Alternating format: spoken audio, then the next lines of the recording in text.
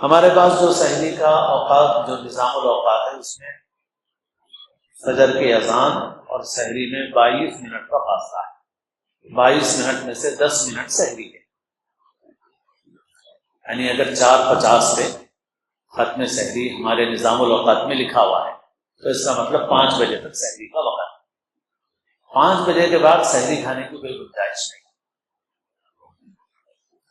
آج کل جو کمپیوٹر وغیرہ میں، فون میں، گھڑی میں بھی جو ٹائم آ رہا ہے وہ سحری کا بالکل آخری وقت ہے، وہ سحری کا بالکل آخری وقت ہے۔ اس کے بعد 1 منٹ بھی آپ کو سحری کھانے کی گنجائش نہیں ہے۔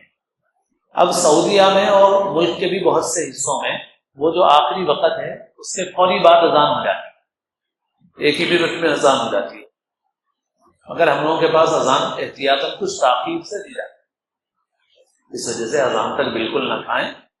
آپ کے فون میں بھی، آپ کے گھڑی میں بھی 18 ڈگری کا جو وقت ہے، اگر فون میں سیٹنگ ہے اپلیکیشن وغیرہ میں تو آپ دیکھ لیجیے، اس میں اوقات کو 18 ڈگری والے اوقات سیٹ کیجیے۔ آپ جو ورلڈ مسلم لیگ کے بھی وہی اوقات ہیں، آپ ورلڈ مسلم لیگ کا سلیکٹ کر لیجیے، 18 ڈگری والا جو وقت ہے وہ وقت کر لیجیے۔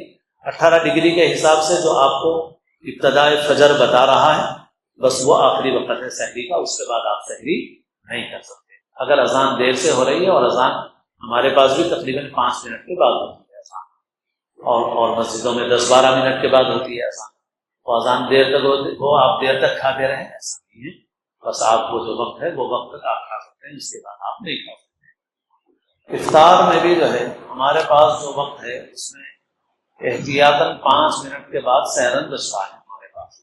اس میں ہمارے اہل حدیث بھائی اختلاف بھی کرتے ہیں، اور اہل حدیث بھائی 5 منٹ پہلے افطار کر لیتے ہیں۔